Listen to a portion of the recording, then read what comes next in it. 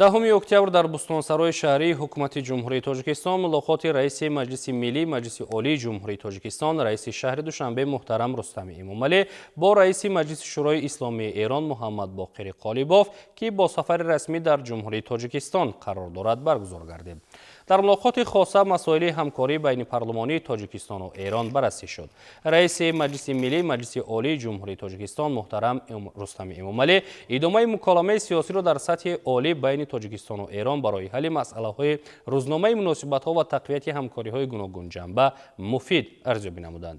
раиси Маҷлиси Шӯрои Исломии Эрон Муҳаммад Боқири Қолибов масъалаҳои таҳкими ҳамкорӣ дар робитаҳои байни парлумонӣ ва фароҳам овардани заминаҳои ҳуқуқӣ барои тавсеяи робити ду кишвар дар ҳавзаҳои мухталифро муҳим арзёбӣ намуданд.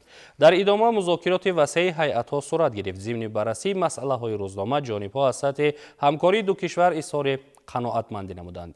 таъкид гардид, ки мардумони дӯсту бародари ду кишварро арзишҳои волаи фарҳангиву таърихӣ ва тамаддунӣ ба ҳам мепайвандад.